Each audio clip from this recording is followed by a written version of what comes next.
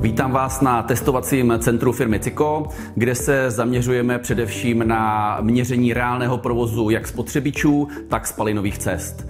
Výsledkem celého vývoje by měl být bezpečný a funkční komín a my si ukážeme, že to třeba nemusí být samozřejmost. Zde máme akumulační kamna, která jsou vybavena teplovodními výměníky mimo topeniště, to znamená, že dochází k maximálně efektivnímu a ekologickému spalování.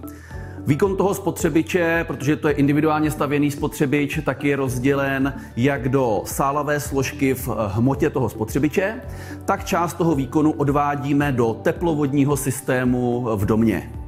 Ve spotřebiči aktuálně už dřevo nehoří, protože hořelo řádově před 2 hodinami, ale ukážeme si na termokameře, že spotřebič nám stále vytápí interiér. Krbová vložka a svislý kouřovod s funkcí komína.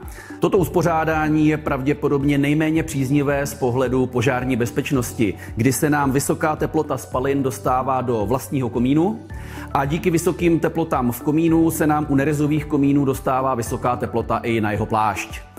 Na datalogeru vidíme teploty spalin okolo 380 stupňů a přitom na ochlazované části toho komína máme na plášti komína okolo 100 stupňů, ale ta nejméně příznivá a nejnebezpečnější část je ve stropní konstrukci, tam, kde komín není ochlazovaný a tam můžeme mít povrchové teploty i přes 250 stupňů.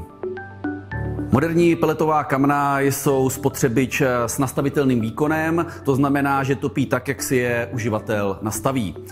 Pro návrh spalinových cest a komínů je u těchto spotřebičů trochu problém nízká teplota spalin a jejich malé množství, protože při nevhodném návrhu komínu dochází k poměrně masivní kondenzaci ve spalinové cestě a k přerušení proudění spalin, to znamená nefunkčnímu komínu. Pouhých 15 stupňů. Zde je vidět těsná krbová vložka, do které je přívod vzduchu přiváděn komínovým systémem CICOTEC.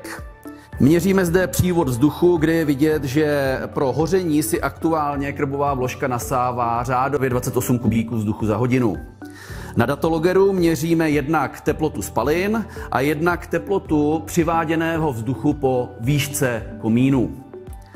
Důležité je těsné propojení mezi přívodem vzduchu a spotřebičem, protože pokud by bylo potrubí nějakým způsobem přerušené nebo dokonce rozpojené, dojde ke změně směru proudění, spotřebič si bude brát pro hoření vzduch z místnosti a zároveň nám z místnosti bude odcházet vzduch pro přirozené provětrávání komínu a to je energeticky nepřijatelné. Toto bylo několik ukázek témat, kterým se na našem testovacím centru věnujeme. Pokud někoho zajímají spalinové cesty a spotřebiče podrobněji a chtěl by se to o tom dozvědět víc, přijďte k nám na školení, každý rok vypisujeme několik termínů a testovací centrum je součástí tohoto školení.